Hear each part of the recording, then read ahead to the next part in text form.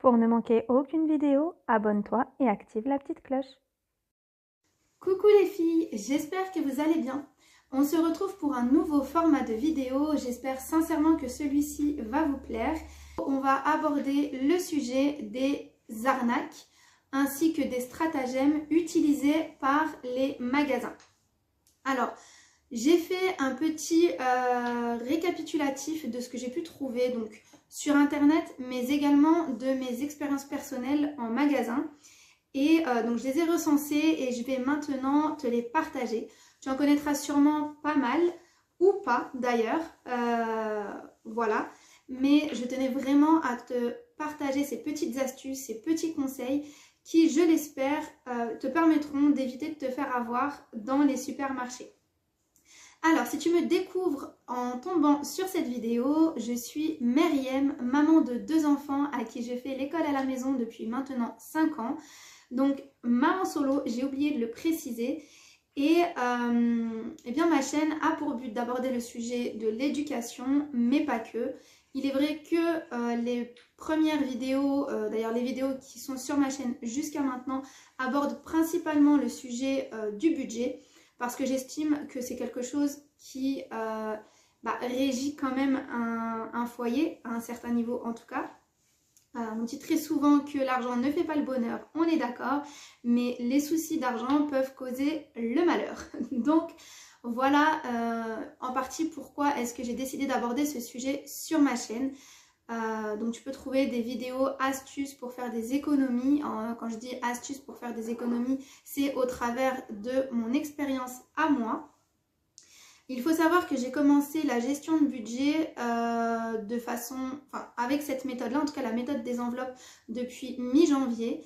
J'ai plus ou moins toujours réussi à faire des économies par le passé, mais pour autant, je n'avais pas du tout une vision sur mes dépenses. Je ne me suis jamais retrouvée avec des dettes ou avec un manque d'argent en fin de mois, ou en tout cas, voilà, j'ai toujours réussi à m'en sortir, alhamdoulilah. Mais je n'avais pas forcément conscience où partait mon argent. Et depuis cette méthode des enveloppes, eh bien ce n'est plus du tout le cas. Je me rends compte de chacun de mes centimes, de mes euros, vers quoi est-ce qu'ils sont dépensés. Donc j'ai décidé à partir de là de te partager cette expérience au fur et à mesure. Quand je dis au fur et à mesure, eh bien c'est parce que, comme je te l'ai dit, quand moi j'ai débuté mi-janvier, c'est encore quelque chose que je ne maîtrise pas totalement et qui sera en constante évolution. Voilà, petite précision aussi, donc tu pourras trouver sur YouTube pas mal de chaînes avec la gestion du budget, mais pourquoi est-ce que je me différencie, je dirais, par le fait que mon budget à moi est plus restreint que certaines personnes, que certaines chaînes que l'on peut trouver sur YouTube. Alors, il existe peut-être des personnes avec un même budget que moi, mais jusqu'à maintenant, je ne suis pas tombée dessus, mais ça existe probablement.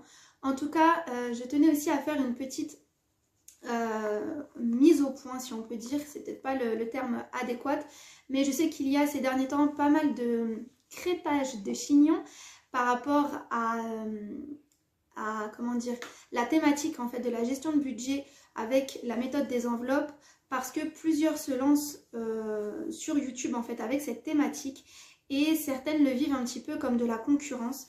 Moi je tiens à préciser que la concurrence, je ne la vois pas de la même manière peut-être que d'autres personnes, dans le sens où je pense que on a tous quelque chose à apporter.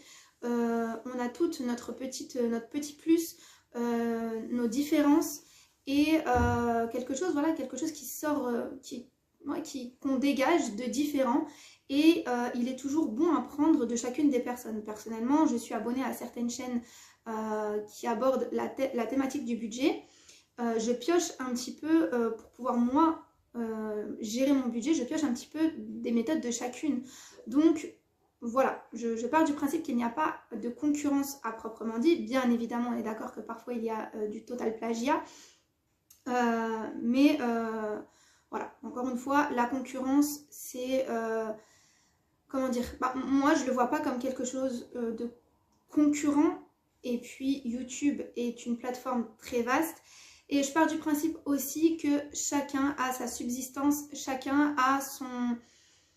Voilà, on aura chacune son... Comment dire, ses spectateurs. Et puis voilà. Et puis si nos spectateurs regardent aussi d'autres chaînes YouTube de la même thématique, et ben je ne vois absolument pas le problème. Après voilà, je peux comprendre et j'accepte bien évidemment que chacun ait sa propre vision de la concurrence. En tout cas, je vous ai fait part de la mienne et je ne souhaite pas avoir de polémique et je n'en vois franchement vraiment pas l'intérêt. On n'est pas là pour ça. Donc voilà. Alors maintenant c'est parti, on va commencer, on va aborder le fameux sujet de la vidéo qui est éviter les arnaques en magasin. C'est parti.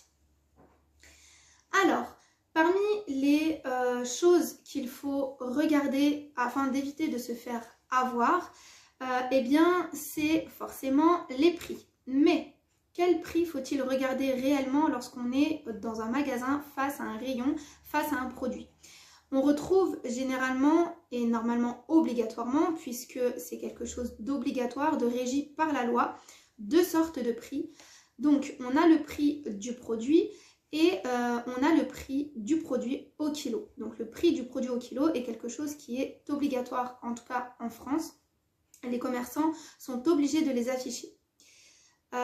Donc très souvent, majoritairement, le prix au kilo est beaucoup plus avantageux. Donc voilà, c'est vraiment la chose principale à regarder. Si tu compares avec un autre produit ou donc un autre paquet de riz qui lui sera peut-être à 1,25 €, donc le plus gros prix qui est affiché, tu pourras constater peut-être que le prix au kilo est inférieur au paquet précédent. Donc il faut généralement faire des comparaisons, donc ça prend du temps, on est d'accord, c'est pas toujours agréable. Personnellement je déteste faire les courses, je déteste ça, mais voilà, je reste quand même attentive à ce genre de petites choses pour voilà, c'est ce qui permet en fait de faire des économies. Par contre, une chose dont il faut prendre conscience, c'est-à-dire que personnellement ça m'est déjà arrivé, c'est devenu une obsession en fait de vouloir obligatoirement acheter des produits où le prix au kilo est inférieur au prix affiché. Cependant, donc, quand on a affaire à un produit au format familial où le prix au kilo est inférieur au produit qui ne sera pas un format familial, il est inutile de se tourner vers ce type de produit, donc le produit au format familial, si tu es toute seule ou si vous n'êtes que deux. Pourquoi ? Eh bien parce que ça va forcément engendrer du gaspillage alimentaire et c'est pas du tout ce qu'on cherche, donc au final tu ne feras pas d'économie du tout. Donc par rapport au prix au kilo, c'est ce que je souhaitais aborder avec toi.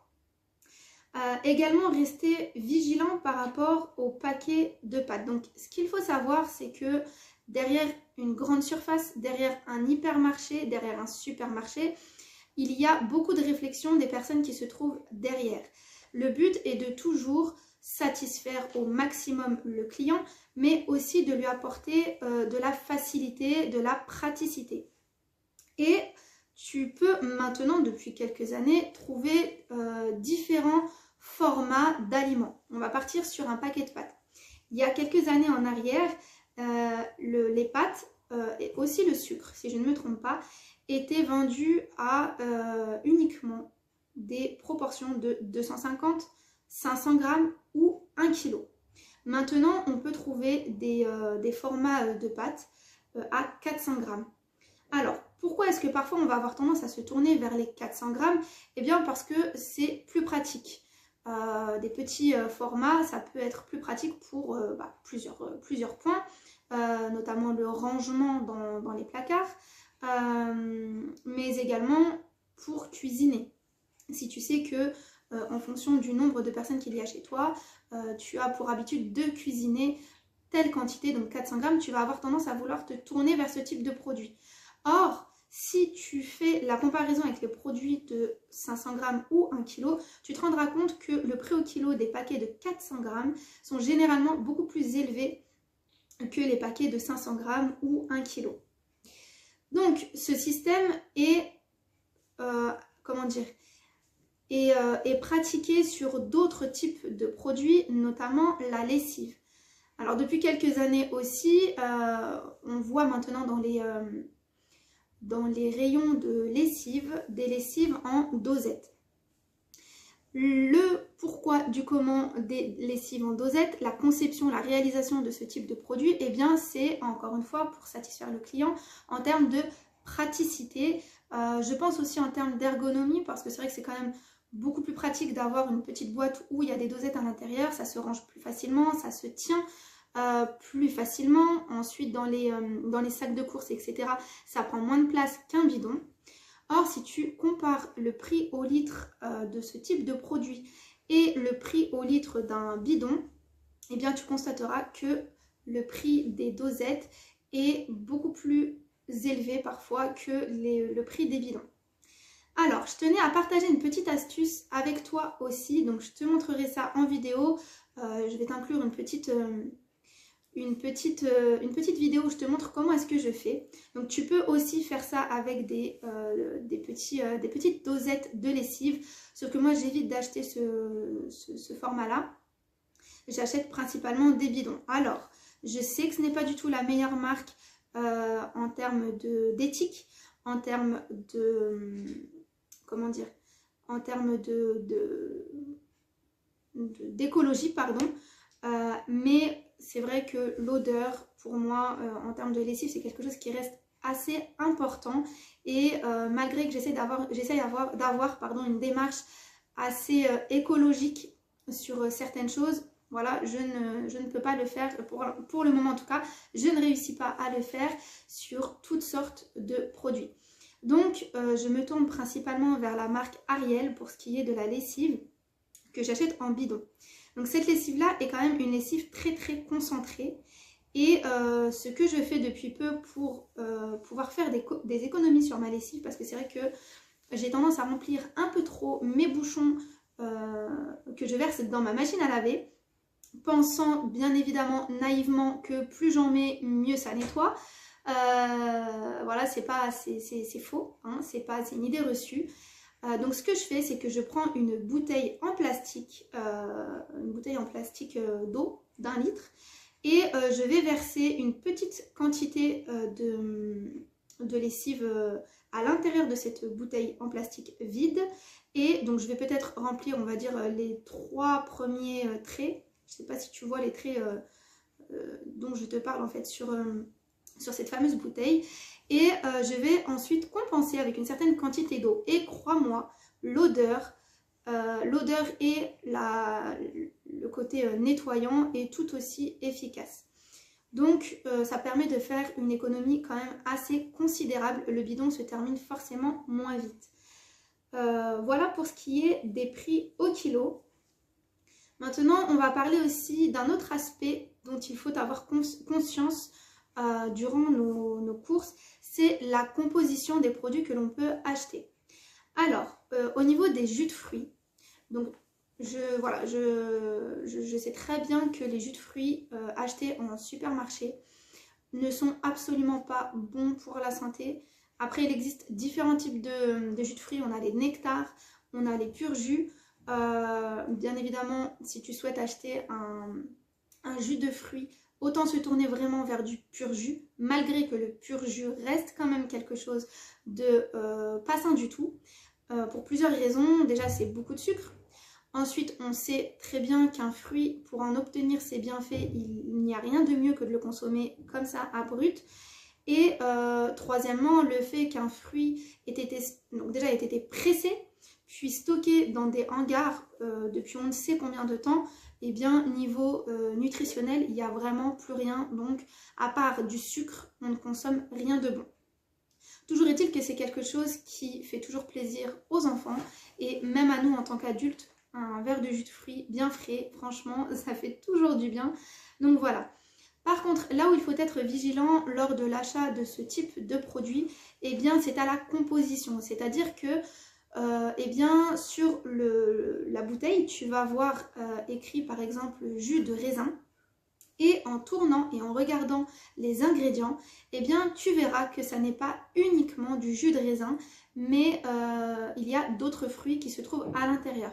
Notamment très souvent la pomme.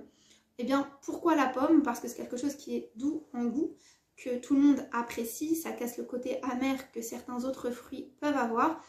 Mais également parce que la pomme, c'est quelque chose qui revient peu cher à la production pour les fabricants. Donc là, il ne s'agit pas forcément d'un problème du magasin en lui-même, mais plutôt des producteurs de ce genre de produits. Également, tu peux aussi trouver des jus de fruits où on te fait croire que encore une fois, voilà, que le fruit principal du jus, en fait, ça va être tel fruit. Donc, on repart avec l'exemple du jus de raisin. Et tu peux te rendre compte qu'en regardant la composition, il va y avoir un pourcentage supérieur, par exemple, de pommes dans le jus que celui du raisin. Donc là, on est quand même dans quelque chose qui est totalement mensonger. Donc, voilà. Donc, vraiment être vigilant par rapport à la composition du produit. Ensuite, ce sur quoi aussi tu peux être amené à tomber, c'est sur les indications de fabrication. Alors, on va prendre l'exemple du fromage, parce que c'est l'exemple qui a été donné dans la vidéo que j'ai trouvée. Donc, sur certains camemberts, il peut y avoir écrit moulé à la main, non pas moulé, si moulé à la main ou fabriqué à la main, je ne sais plus trop quoi, ou à la louche. Donc, pour nous, personnes lambda, qui ne sont pas forcément connaisseuses de la manière dont un fromage est censé être fait, on va avoir tendance à croire que le fait d'avoir été fait à la main va être déjà beaucoup plus, comment dire, apporter une valeur supérieure au produit plutôt qu'être fait à la louche. Donc ça, ce sont c'est quelque chose que l'on va croire. Or, un camembert peut être totalement très bien réalisé en étant, je crois que c'est moulé le terme si je ne me trompe pas, à la louche. Là où il faut se méfier quand on voit écrit moulé à la louche, eh bien c'est que à la louche oui, mais à la louche mécanique et non pas à la louche comme on peut se l'imaginer, comme les louches que l'on a dans nos cuisines. Ce sont des louches mécanisées, c'est totalement robotisé, donc imagine un robot avec je ne sais combien de louches tout autour qui réalisent plusieurs camemberts à la suite. Donc voilà, ça n'enlève en rien la qualité du produit, hein, c'est pas ça qui est remis en cause, c'est juste que au niveau du psychologique, on va avoir l'impression que ce camembert là sera meilleur que celui d'à côté qui aura été fait d'une manière différente. Et encore une fois, c'est un stratagème, on va dire une petite ruse, hein, pour dépenser plus, parce que ce produit là va peut-être coûter plus cher et comme psychologiquement on se dira ah bah celui-là il a été réalisé d'une très bonne manière, et bien on va se tourner vers ce produit là et laisser de côté le produit le moins cher. Donc voilà par rapport à ce qui concerne les indications de fabrication. Ensuite, un autre type de rayon dans les supermarchés qui peut être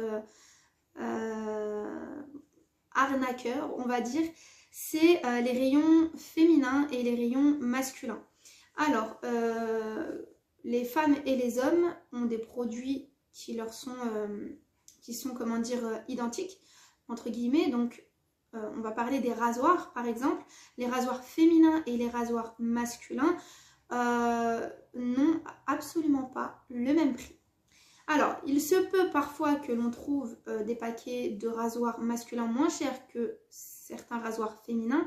Or, majoritairement, les rasoirs masculins sont plus chers que les rasoirs féminins. Pourquoi? Donc, l'une des raisons de cela, c'est parce que eh bien, ce type de magasin, donc les hyper, les super et les hypermarchés, ont besoin pour que ça soit plus avantageux pour eux, plus rentable, de fabriquer en masse. Et bien forcément les femmes ont tendance à se raser beaucoup plus que les hommes et donc les rasoirs féminins sont fabriqués en plus grosse quantité que les rasoirs masculins, d'où le fait que les rasoirs masculins sont plus chers que les rasoirs féminins. Et je pense que ça c'est quelque chose qui peut comment dire, s'appliquer à d'autres types de produits, peut-être même les mousses à raser. Les mousses à raser féminines et les mousses à raser masculines ne sont peut-être pas, faudrait regarder d'ailleurs, mais ne sont peut-être pas non plus au même prix. Autre méfiance qu'il faut avoir lors de notre visite hebdomadaire ou mensuelle en magasin, c'est les doubles fonds des produits. Alors, imagine le rayon de quoi, allez, on va dire de tout ce qui est crème fraîche, etc. Ou pour ceux qui achètent tout ce qui est rillettes, pâtés, ce type de produits. Eh bien, on va au premier abord avoir l'impression que dans un même rayon, dans un même étalage, ces trois par exemple sortes de produits ont la même contenance. Pourquoi? Eh bien parce qu'ils ont la même apparence, on a l'impression qu'ils ont le même format. Donc si on n'est pas attentif, eh bien on va prendre le produit qui nous paraît, sans encore une fois regarder le prix au kilo, qui nous paraît le moins cher. Or si on veille un petit peu plus à ces produits, en les retournant, on peut constater que certains ont ce qu'on appelle un double fond. Et c'est ce qui donne cette fameuse impression d'une contenance égale ou supérieure à certains autres produits. Donc, ce n'est pas un mensonge, c'est juste un trompe-l'œil. Donc ça, voilà, vraiment, c'est quelque chose aussi qu'il faut avoir tendance à regarder. Autre type de rayon dans les magasins où il faut être aussi vigilant, c'est les produits en vrac. Alors, les produits en vrac, le principe de base est que c'est censé être moins cher qu'un produit vendu dans un paquet. Pourquoi? Eh bien, tout simplement parce que déjà, il y a un poids en moins. Deuxièmement, parce que les produits qui sont dans des paquets, on va parler pour les paquets de marque, eh bien, il y a tout un concept derrière, il y a toute une réflexion. Le packaging a été réfléchi en termes d'apparence, en termes de couleur, de visuel, l'écriture, etc. Il y a vraiment eu un travail derrière à ce niveau-là. Et pour les marques, eh bien, il y a également du marketing, donc des publicités qui sont faites pour ces produits. Et ça a un coût et c'est ce qui fait que l'acheteur paye plus cher. Or, les produits en vrac ne nécessitent absolument pas déjà de base d'un packaging, donc il n'y a pas de travail dessus. Qui a été fait, encore moins de marketing et donc forcément et logiquement c'est censé être moins cher. Or parfois si tu fais attention tu peux constater que le prix au kilo de certains produits en vrac, en tout cas en supermarché, eh bien seront plus chers que les produits vendus dans des paquets. Donc ça pareil c'est quelque chose aussi où il faut être vigilant. Autre type d'arnaque, et ça je pense qu'on est plusieurs à l'avoir constaté, c'est les têtes de gondole. Alors quand tu rentres dans un magasin, selon le type du magasin, dans plutôt les super et hypermarchés, en fonction aussi des périodes de l'année, tu vas rentrer, tu vas tomber directement sur un étalage de produits en promotion. Donc c'est quelque chose qui appelle l'œil et qui donne forcément l'impression qu'on va réaliser des économies, des bonnes affaires, mais crois-moi que ce n'est pas toujours le cas. Donc ce que je te conseille, bien évidemment, c'est de prendre une journée où tu as le temps, et bien c'est de mettre dans ton chariot le produit que tu comptes acheter, par exemple qui se trouve dans la tête de gondole, et de te souvenir ou de noter ou de prendre en photo le prix et d'aller ensuite comparer ce même produit-là eh bien, dans le rayon en fait et de regarder le prix au kilo. Et tu peux parfois constater que eh bien, le prix dans le rayon est moins cher que le prix de la tête de gondole. Donc parfois ça peut être moins cher ou parfois ça peut être le même prix.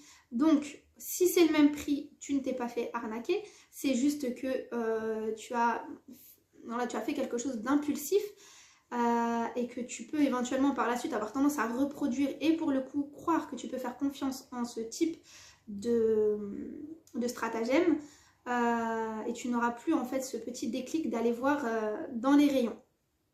C'est encore une fois un travail c'est un travail à part entière que les personnes qui se trouvent derrière les magasins eh bien, réalisent. Donc il faut vraiment avoir toute sa concentration quand on est en magasin et ne pas hésiter à y aller avec une calculette.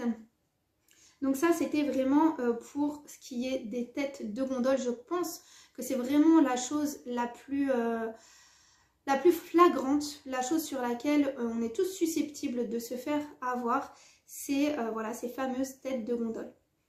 Maintenant, on va passer à mes conseils, les conseils que je peux te donner lorsque tu fais tes courses. C'est parti! Alors, mon premier conseil, eh bien, ça serait de faire une liste de courses. Ne pas partir dans un magasin sans avoir élaboré une liste de courses. Alors, cette liste de courses, tu peux la réaliser de différentes manières.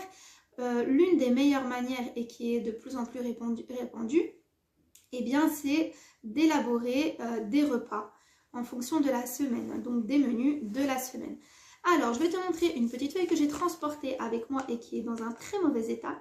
Donc, je vais la imprimer et cette fois-ci la plastifier. Donc, c'était une première pour moi. Tu peux le voir dans ma vidéo précédente. Je n'avais pas pour habitude jusqu'à maintenant de réaliser mes menus à la semaine. Mais je trouve que c'est pas mal et je vais tester ça ce mois-ci, voir ce que ça donne au niveau des économies. Donc, cette feuille-là, je l'ai eue sur le site créacoton.fr. J'ai beaucoup aimé le design de celle-ci. Alors, du coup, je vais partager avec toi des petites idées de menus que j'ai réalisées pour cette semaine. Alors, à savoir que dans mes menus de la semaine, il n'y a qu'un seul repas de mentionné. Pourquoi? Pour la simple et bonne raison qu'on fait en général 2 repas par jour. Donc celui du matin, qui est fait de façon assez tardive et régulièrement on brunch, donc l'estomac est assez bien calé. On fait en général un petit goûter vers la fin de la journée et ensuite le repas du soir. Donc, tu ne verras sur mes menus de la semaine qu'un seul repas. Alors, pour le lundi, j'avais prévu de faire des pains farcis aux légumes. Ensuite, le mardi, des tomates farcies que je n'ai finalement pas réalisées, que j'ai remplacées par une sorte de chili con carne. Ensuite, le mercredi, ce que l'on appelle chez nous de l'ades, donc des lentilles. Pour le jeudi, j'avais prévu de faire, donc aujourd'hui, de la soupe plus une salade. Vendredi, c'était pâte aux épinards qui était prévu. Samedi, on a prévu de passer commande. Et dimanche, j'avais prévu une quiche au fromage accompagnée de frites. Voilà donc pour des petites idées de menu. Donc ça, c'est mon premier conseil, élaborer une liste de courses. Deuxième conseil, ça serait de ne pas aller en course l'estomac vide. Parce que, eh bien, tu vas avoir tendance à vouloir acheter impulsivement différentes sortes de produits sans forcément en avoir besoin. Mon troisième conseil, ça serait de chercher les produits qui se trouvent dans le fond. Alors, pour 2 raisons. La première, donc dans tout ce qui est désodorisant, déodorant, je te conseille vivement, ou même parfum d'ailleurs, de prendre les produits qui se trouvent dans le fond. Pourquoi? Eh bien parce que les premiers en général ont été testés par des personnes juste avant toi. Qui n'a jamais fait ça, qui n'a jamais cheaté comme ça une petite pompe de déodorant, de parfum, de désodorisant pour vérifier l'odeur avant de l'acheter. Et donc, eh bien, le fait que tu prennes le premier produit qui sera devant, eh bien, tu auras moins de contenance à l'intérieur. La deuxième raison est que, pour ce qui est des produits frais, les produits qui sont dans le fond ont une date plus éloignée que les produits de devant. Bon, c'est logique. Donc, comme je te disais, voilà, c'est quelque chose d'assez logique de mettre en premier, en avant, les produits qui ont une date de consommation plus proche et de mettre derrière, justement, les produits qui ont une date plus lointaine.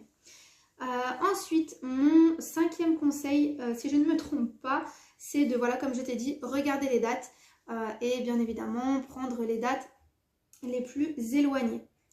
Je t'en parlais aussi tout à l'heure dans la partie tête de gondole, et bien c'est mon 6e conseil, comparer les promos qui se trouvent en tête de gondole avec les prix qui se trouvent en rayon. Autre conseil et surtout, comment dire, avertissement, méfie-toi des odeurs que tu peux trouver en supermarché. Donc les supermarchés ont des stratagèmes bien évidemment, notamment les odeurs. Donc ce sont des odeurs qui ne sont pas naturelles mais qui te donneront envie de te diriger vers ces produits-là. Donc tu peux trouver ça vers le rayon des fruits et des légumes. Donc il y a des petites odeurs artificielles qui sont qui sont mises à ce niveau-là et qui vont t'attirer, voilà, ça a été étudié hein, pour t'attirer et aller vers ce type de produit. Idem pour tout ce qui est les rayons de viennoiserie, etc. Tu peux aussi tomber par là sur des odeurs artificielles qui te donneront envie d'aller acheter, qui te donneront en fait une impression de produit artisanal. Autre stratagème qui est réalisé en dehors des odeurs, c'est les couleurs. Les supermarchés usent des couleurs, donc des psychologues en fait ont étudié le cerveau humain et se sont rendus compte que certaines couleurs correspondaient à certaines envies, notamment tout ce qui est rouge, jaune. Ça suscite en fait comment dire, une impression de faim. D'ailleurs, faim, F-A-I-M. Hein. D'ailleurs, je ne sais pas si tu as remarqué, mais les enseignes des fast-food, que ce soit McDonald's, KFC, ce genre de fast-food, ont toujours ce genre de couleur, du rouge ou du orange. Et ça a été étudié en fait pour te donner l'impression que tu as faim, alors que pas du tout.